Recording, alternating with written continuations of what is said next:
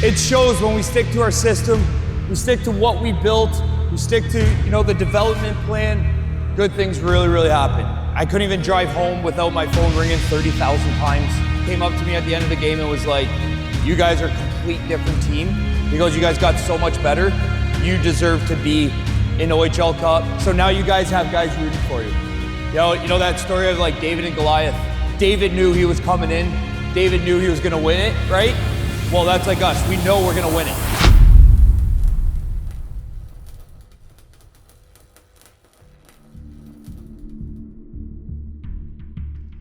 Youth hockey looks simple from the outside.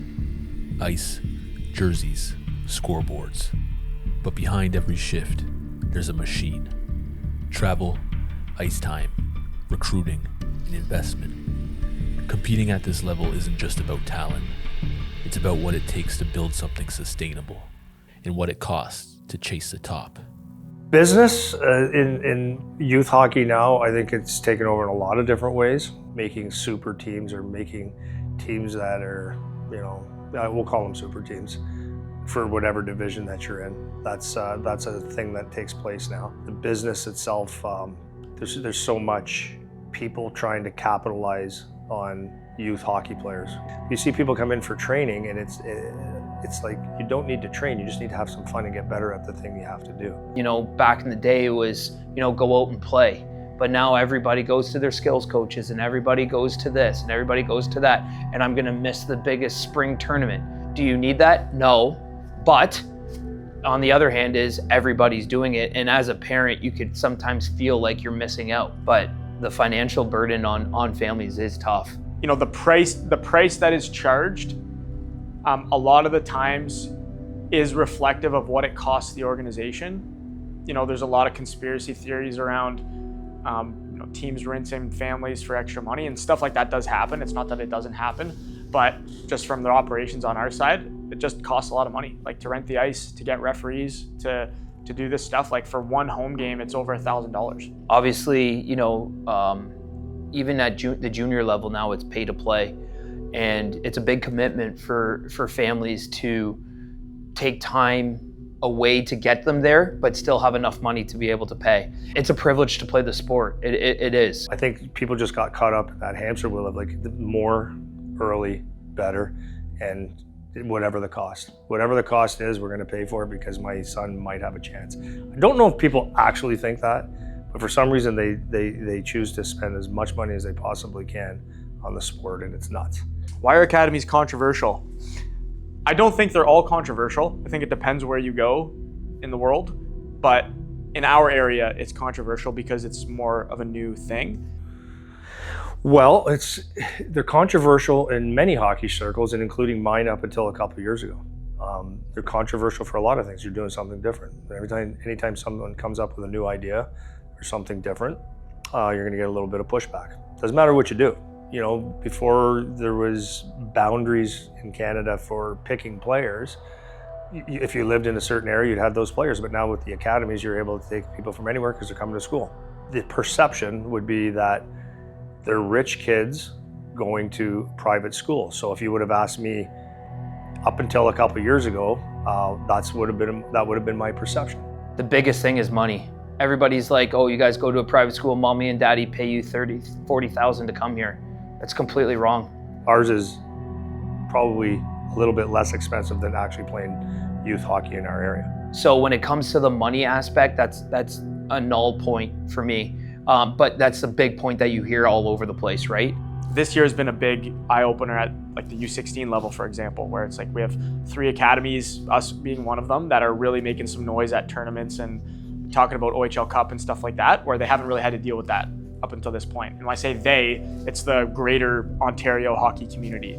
I just think it's the way of the future, and obviously the people that have been here for a while that have their roots dug in are gonna have a problem with that. Like, that's expected. On the one hand, you wanna try to work collaboratively with the teams that are around because we wanna be a part of the hockey network and the hockey community. But at the same time, like, we know they're all slinging arrows at us and we understand why, you know? Yeah, as far as the OHL draft goes, I mean, that's I don't know a player that doesn't want to get drafted in the OHL. But this is the reality, right?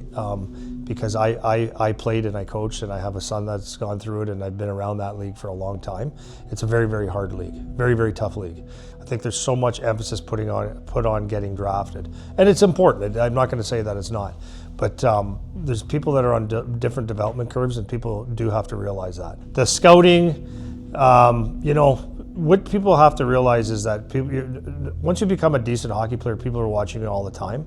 So like that needs to go away. I wouldn't worry about the scouting too much. You just have to play your game, do your habits, and have to learn that it's the habits that are going to get them drafted or give them an opportunity at another level. It's like you hear some of the things that kids get offered, you hear some of the accommodations that are made and all this stuff, and you forget that, like, we're talking about, in our case, like 14-year-olds, 15-year-olds, 16-year-olds, and these are young kids, and so for the families, like, it's really easy to buy into that. Like, your whole world is caught up in this, youth hockey thing, and it's the same everywhere you go. It doesn't matter if it's Windsor, Ontario, or in Vancouver, BC, or somewhere in the US. Like, it's all the same kind of stuff that everybody's dealing with. So yeah, it gets pretty crazy for sure. Even though I had a business in it, I would remove all business of hockey if I was the god of hockey.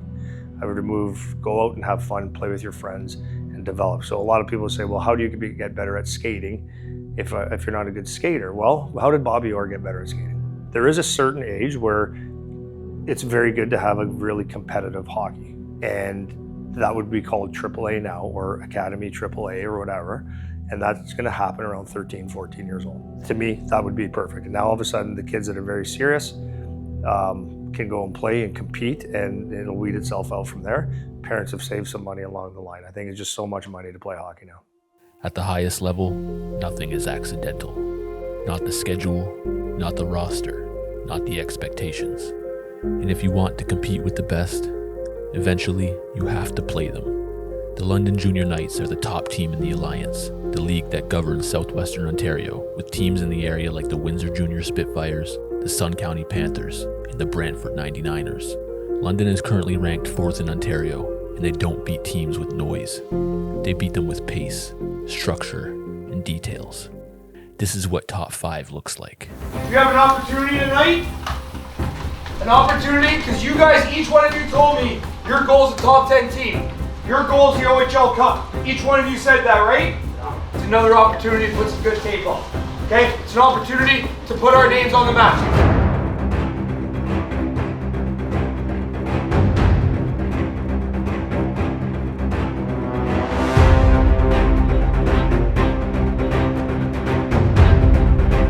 Exhibition matchup, we got the BioSteel Academy going up against the number 4 ranked London Junior Knights. Keith chases the puck into the corner, takes a hit from Goliath. Quinn Sheehan trying to break into the zone, gets around one London defender, puts a shot on net, saved by Gonzalez. Quinn Roberts with it now, puts a shot on net, goes wide off the glass, and Lucas Henright puts it in from the bounce off the glass and gets London up 1-0. Below coming into the zone with a nice move, gets around the defender, shot on net, saved by Gonzalez. Chamberlain puts a shot on net, but he doesn't get all of it. Drew Bate picks it up, scores! Drew Bate behind the goal line. It is 2-0 for London here in the first period. Hunter picks up the puck off a chip pass from Medeiros, puts a shot on net, saved by Gonzalez. On looking for the rebound, scores! Pass on the doorstep, gets BioSteel on the board, and it's 2-1. Elite hockey punishes hesitation, and London made them pay. But the difference between good teams and elite teams is how they adjust. Game 2 wasn't about redemption, it was about response. Game 2, London Junior Knights in the BioSteel Academy. BioSteel looking for a better result than yesterday's game. Rannick scoops up the puck behind the net. Big hit by Quinn Sheehan. Finley Butler coming in with some speed, puts a shot on net, saved by Lee. Sheehan picks up the loose puck off the boards, takes a look, shot, saved by Fernandez. Little John picks up the puck off the sidewall. He gets it to Bate. Drew Bate coming in with speed, tries to make a move around Boylo, doesn't quite get it off. Puck is loose, comes out to Robert, score! BioSteel is going to have to respond quick if they want to stay in this game.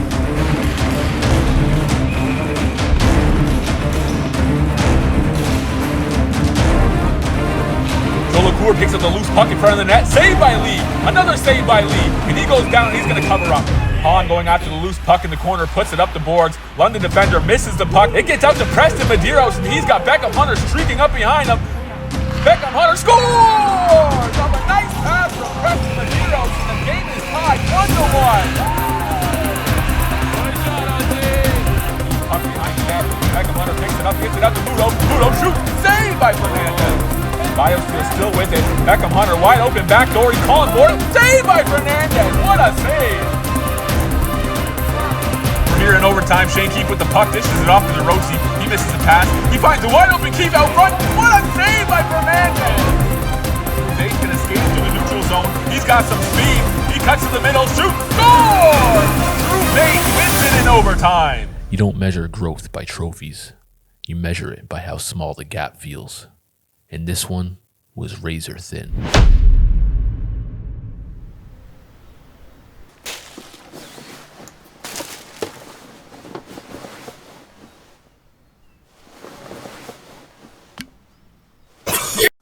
Clean, healthy protein.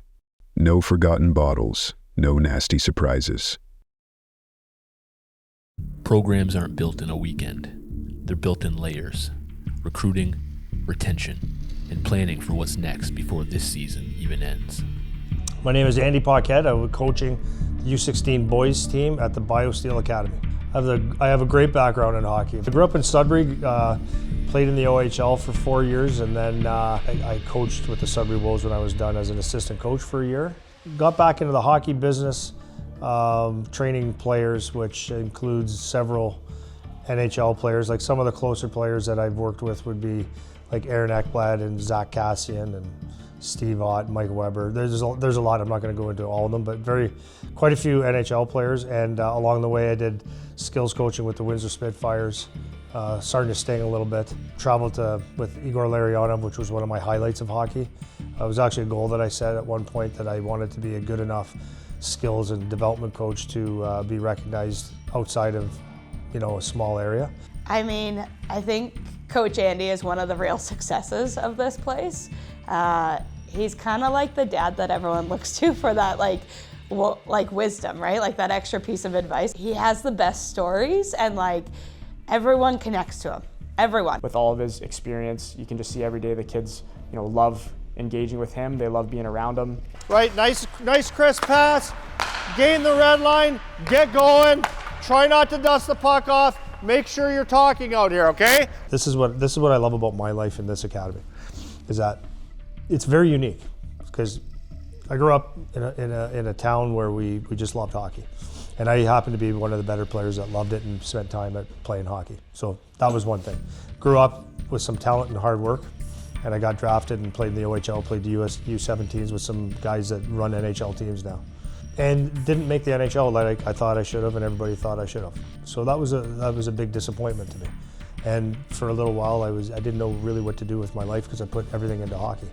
Went out in the real world and realized that it was a question, right? I asked a lot of questions in life, and when I was working these jobs, little jobs, trying different things, trying businesses and different things, I'm a guy that needs to have passion in my life. I need to get up in the morning with a purpose. That's really what it was, and that's what drove me back into hockey.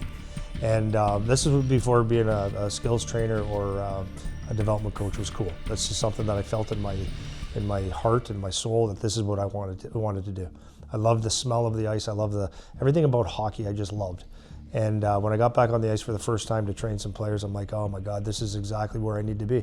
Like, I didn't realize for about 4, 5, 6 years that I was a fish out of water. I was walking around the world thinking, I'm uncomfortable here, because hockey really was my life and is my life. So you see what happens when you listen to Uncle Andy, right? So if you don't do one thing well, it blends into doing a whole bunch of bad things well. Bad things bad. It's a sentence, I don't know. But anyways. Coach Andy, I'm truly excited to coach with Coach Andy. Andy is a true hockey guy through and through, with his skills, with his development. But the one thing that comes through is his leadership and his knowledge of being around the game for years and years. So I truly cannot wait to be able to coach with Coach Andy, because I can bring the new way of hockey with his way, and we can mesh really good. Like, for him and I together, He probably makes up a little bit that I don't have, and I'll take, like, we got a good yin and yang going there. So I really, really enjoy watching his passion for the X's and O's and the willingness to study the game. He brings so much for the kids. Richard Santos, coach of U16 BioSteel Sports Academy. Hey, make sure we get our boots moving! Make sure we get our boots moving! How do you think you did this weekend? All right. Just all right? I thought you did good. Good speed through the middle, buddy. For me, soccer was always something that I loved. I was very good at soccer. Even though that hockey was always my passion, I was a really good soccer player. Ended up playing some pro soccer. And it's pretty funny because a lot of my practices and tendencies in hockey is built around the game of soccer. For me, the transition into both has been very easy for me, where now I can now coach at a pro level of playing the game of soccer, being able to coach it in hockey, I think has translated my teams to be very successful. Yeah, attaboy, Honor! That's a great job, Honor! Rights, fellas! Hey! That's a hell of a shift, you four! Hell of a shift! For Coach Rich, he's just so experienced in the game, obviously coming down to us from the junior level, having won a Sutherland Cup in Junior B. He's just very modern. He understands where the game is at today, systems and habits that are important for these kids to understand. Hey! That's like 10 missed passes! How are we not able to make that pass across ice? Come on, we are better than that! Don't make this easy! This isn't an easy drill! Hi, my name's Mary Fair, and I'm going to coach the U22 girls team at BioSteel Sports Academy. I grew up playing locally. I played AA, I played A, I played double B, kind of all over the map there. And then after high school, I ended up taking a year off to go play for the Boston Shamrocks, which played in the JWHL Junior League. And from there, I found a school near Boston. It was called Nichols College. It's an NCAA D3 school. And I was the captain my last 2 years there. And I started coaching locally for the U18 AA team as a trainer. And the next year I became the head coach of the U18 AA team and coached that for 3 years before I moved over to BioSteel. She has a knowledge of the game, passion for the game, and then she doesn't need to be here is what I like about it. She doesn't need to be here because she runs a very big company. She runs a company and she has a lot of success. I just have a saying that I learned from one of my fitness mentors was Charles Poliquin. Says success leaves clues. So if you're around someone successful like Mary, hang on. I want to separate him from the puck. So I've got to find a way of getting my hips in here so that Eric can't go get that puck. So instead of just trying to push him, I come in, stick on stick, body on body. I can shift this puck and take control of it. I think we as female athletes often sit back and wait and say, why didn't it happen for us? So go after what you want, ask for that, figure out what you have to do to get there and find a way there. There's many things that stand out to me about Coach Mary, but one is that she has a genuine desire to create the best girls hockey program possible. She reminds me a lot of myself. She's always asking questions. She's always trying to search for the why. She's always trying to get better. She puts so much knowledge into this game that she just wants to give back. And you can see she comes into a room, she really brightens the room up. She's always laughing, she's always having fun, but when it's time to go to work, she goes to work. I grew up playing AAA hockey locally before I moved on to play 4 years of Junior B on 2 different teams. Moved away and billeted it a little bit during that time as well, and then moved back home and played for the University of Windsor for 3 years there while I did my degree. Got an opportunity a few years ago to coach at the U18 level within the academy.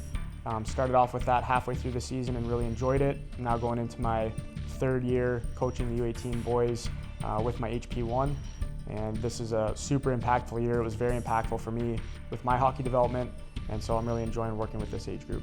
So if this guy's gonna come for a big loop-de-loop like this, our F1 is just gonna trace him, our F2 is gonna take whoever goes to the other side, and we're still in the double swing.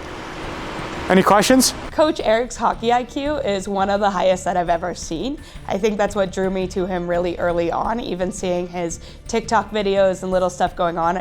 I learned something every time I talked to him. I remember when Eric was at the point where he was going to get a scholarship. I was really happy for him because he had some nice big schools talking to him, and then I remember it was his appendix and then a knee, and it kind of went downhill. Not downhill, but just didn't go where it should have went.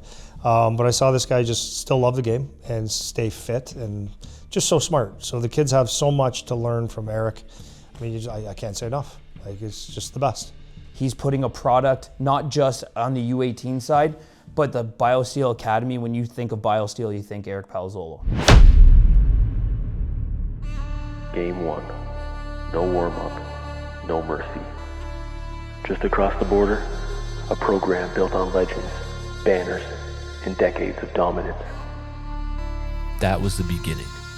This is a rematch. They don't look surprised anymore. They look prepared.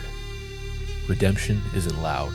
It's controlled, composed, earned.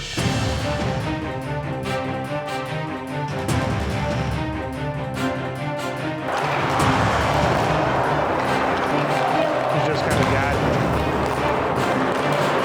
Well, if it open, he probably is. He probably wouldn't know. Trying to get out of the net like this.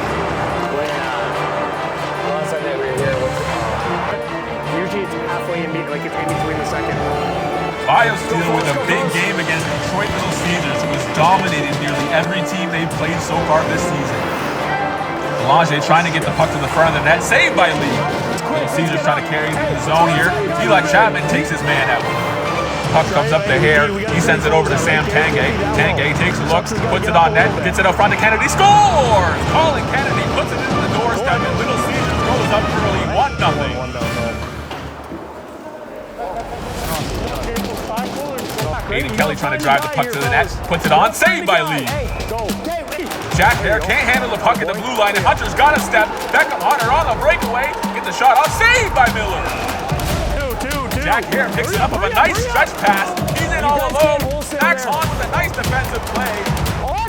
Tanguay gets it over to Ali with a quick shot, blocked in front, and gets it out to Kelly, who puts it on net, scores! Aiden Kelly, and it's 2-0. Stay with Felix. let's get into them. Why are we giving so much space? Why are you giving them so much respect? Seriously, why are we giving them so much respect? I don't give a who that team is. You take time and space away, play our physical game, play our quick game. Let's get into these guys, okay? Let's get into them. Puck goes into the corner. Little Caesars goes after it. They put it out front. Kessler shoots, score! Riker Kessler. He gets his name on the sheet, and it's 3-0. Joe, it's a good finish.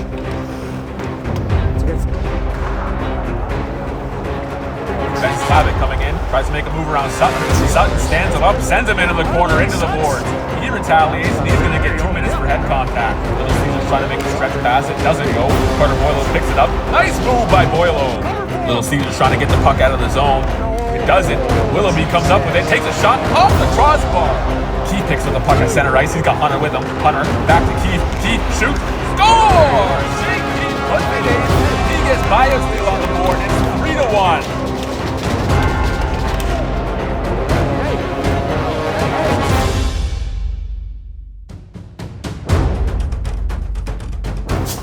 The best part of hockey after a loss is what?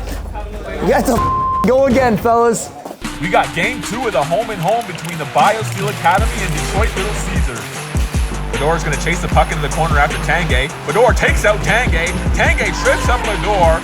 BioSteel gets called for a penalty away from the play. Can you believe it? Puck comes out to Carver. Griffin Carver takes a look, seeing what he's going to do with it. He finds Trupiano backdoor. Scores! Jack Trupiano opens the scoring for Little Caesars. It's 1-0 at the end of the first. Battle for the puck behind the net. Max Hahn with a big hit on Belanger. Boileau skating through the middle with some speed. He's got Sheehan with him. Rips a shot, saved by Falvo. Boileau with it again. He drops it back to Chapman. Chapman takes a look, shoots, saved by Falvo, and Sheehan can't get the rebound. Nice hit by Boileau at the BioSteel bench. Shipboats gets it over to Tanguay. Tanguay takes a look, takes a shot. Scores! Sam Tanguay. That gets Little Caesars up 3-0. Keith finds Muto cross ice. Muto takes a look. Muto still with the puck, tries to get it back to Keith. Pass is broken up, comes up to Hunter. Big rebound. Golderosi coming up on the puck, takes a shot. Scores! Golderosi!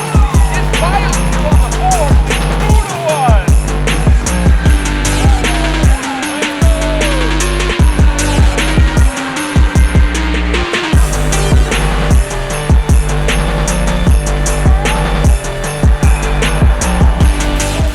the second game of the home and home, BioSteel kept Little Caesars to a 3-1 game going into the third period.